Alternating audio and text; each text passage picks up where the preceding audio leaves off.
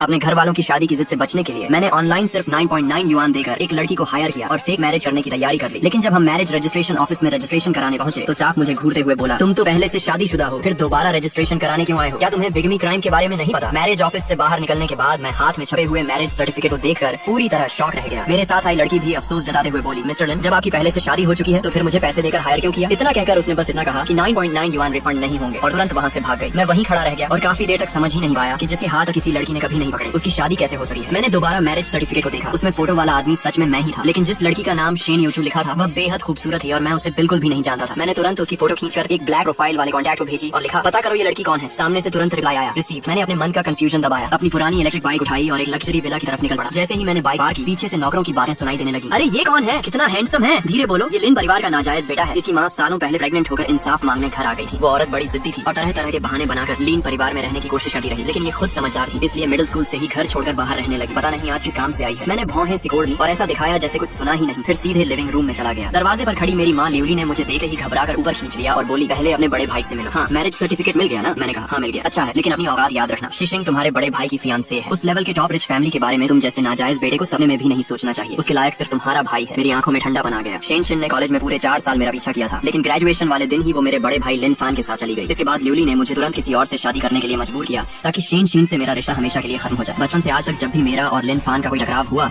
उसने हमेशा मुझे बिना किसी शर्त के पीछे हटने को कहा। मैंने ठंडे स्वर में उसकी तरफ देखकर कहा, जैसा तय हुआ था ये आखिरी बार, इस बार मैं सिर्फ तुम्हारे मुझे जन्म देने का एहसान चुका रहा हूँ। लिवली ने चिढ़कर कहा, ठीक है मुझे पता है। हम लिन फान के कमरे में पहुंचे। उसने मुस्कुराकर कहा, लिन फान। मैं कुछ बोलता उससे पहले ही लिवली बोल पड़ी, शियाओ फान, आज लिंग यू की शादी हो गई। लिन फान ने हैरानी से पूछा, सच में? लड़की कौन है? क्या वो शेन शिन दीदी से भी बेहतर है? लिवली हंसते हुए बोली, ऐसा कैसे हो सकता है? पूरे हाईचेंग में मिस शेन से ऊंचे स्टेटस वाली कोई लड़की नहीं मिलेगी। वो भला की सच्चे परिवार की लड़की ढूंढ सका है, कोई सड़क छाप गुंडी होगी। लड़की को साथ लाने की भी हिम्मत नहीं हुई, कहीं उसकी गरीब हालत देखकर तुम्हारी आंखें खराब न हो जाए। लिन फान हल्की जलन के साथ बोला, ऐसा मत कहो, लिंग यू इतना हैंडसम है, तभी तो शेन शिन ने 4 साल तक उसका पीछा किया था। लिवली बोली, हैंडसम होने से क्या होता है? उसकी स्टेटस देखकर तो कोई भी अच्छी लड़की उससे शादी नहीं करेगी। मिस सू तो उसे सिर्फ खिलौना समझती है, उसके लायक सिर्फ तुम हो। सिर्फ तुम्हारी स्टेटस ही मिस सू के बराबर है। मैंने मैरिज सर्टिफिकेट वाली लड़की की फोटो दोबारा देखी। उसकी खूबसूरती और पर्सनैलिटी देखकर बिल्कुल नहीं लगा था कि उसका किसी सड़क छाप इंसान से कोई रिश्ता होगा, लेकिन मुझे बहस करने का मन नहीं था। तभी लिन फान ने वॉच पहन ली और शूज पहनने लगा, लेकिन शर्ट टाइट होने की वजह से वो झुक नहीं पा रहा था। उसने मुस्कुराकर मेरी तरफ देखा। लिवली ने तुरंत मुझे धक्का देते हुए कहा, निकम्मे, अभी तक समझ नहीं आया? तुम्हारा भाई झुक नहीं सका, जल्दी उसके शूज पहना दो। मैंने ठंडे स्वर में कहा, तुम खुद पहना सकी हो। लिवली गुस्से से